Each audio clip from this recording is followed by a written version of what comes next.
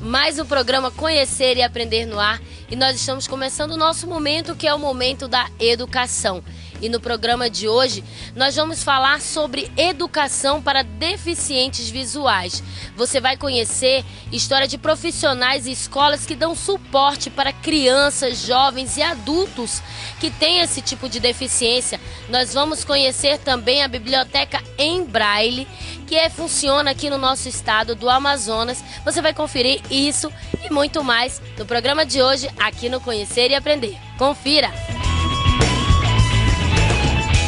Os dados do censo de 2010, divulgados em abril deste ano, mostraram um aumento de 10 pontos percentuais na quantidade relativa de pessoas com deficiência em relação ao total da população brasileira em 10 anos. Em 2000, as pessoas com deficiência correspondiam a 14%, segundo dados do Instituto Brasileiro de Geografia e Estatística, o IBGE.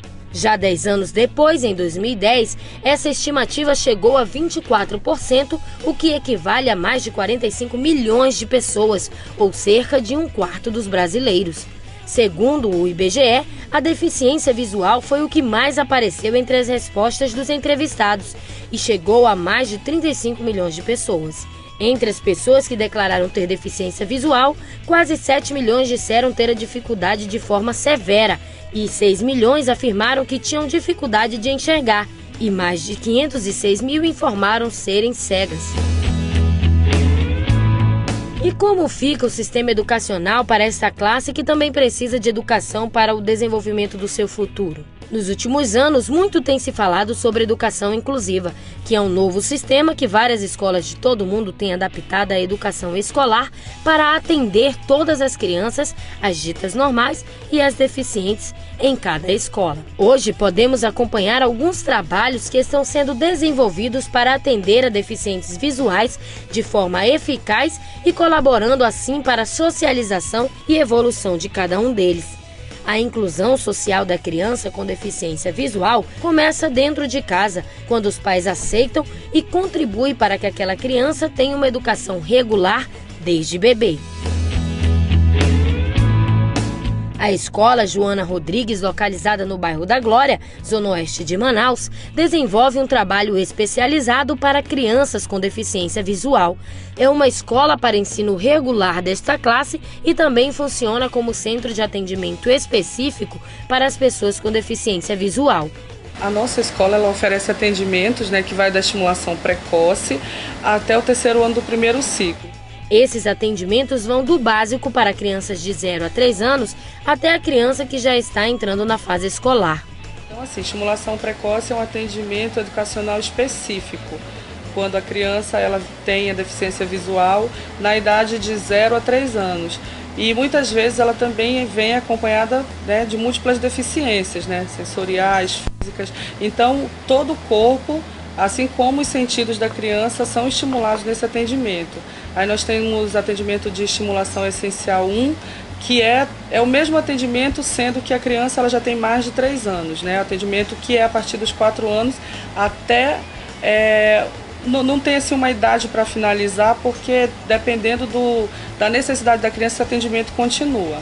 Aí nós temos atendimento de reeducação visual, de estimulação visual, nós temos atendimento de pré-escola, primeiro, segundo e terceiro período da pré-escola. Nós temos o primeiro, segundo e terceiro ano do primeiro ciclo, que é essa escolarização, são escolarizações, na verdade, escolarização formal. E a partir do terceiro ano, aí a criança ela já é incluída numa sala comum. Nós também temos atendimento de teatro, aqui nós temos atendimento de atividade de vida autônoma e social, orientação e mobilidade, e uma sala de recursos. E esses são os atendimentos que nós temos aqui na escola. Eles servem de suporte para os alunos matriculados e também para atendimento externos, alunos que estão estudando numa sala comum e recebem o atendimento específico aqui. Para as crianças, é importante que haja estimulação precoce desde os primeiros anos de vida. A importância da estimulação precoce para essa faixa etária, começando nessa faixa etária, é importante para o futuro dela, onde ela vai trabalhar o global dela, tanto sensório motor como visual, principalmente visual, né? Mas nós não podemos esquecer de toda a função do corpo, para ela poder ter noção lá na frente, né? Andar, a autonomia dela, para ela fazer ela andar, para ela caminhar, para ela se tornar independente mesmo. A estimulação precoce visual e motora é fundamental para que a criança desenvolva com mais praticidade e eficácia todos os sentidos na qual ela necessita, e quanto antes elas forem estimuladas, melhor. O estímulo visual, que é o nosso forte realmente aqui na Escola Joana Rodrigues, é justamente estimular, resgatar o pouquinho de visão que as crianças têm, né? Como elas ainda não dão assim uma resposta exata, porque elas ainda não sabem falar, né? Então nós vamos trabalhar, temos parceria com a oftalmologista, onde a cada 6 meses eles levam laudo e trazem novamente o laudo para nós estarmos estimulando. E então eles encaminham, né? Dizem, a doutora diz o que é preciso trabalhar, né?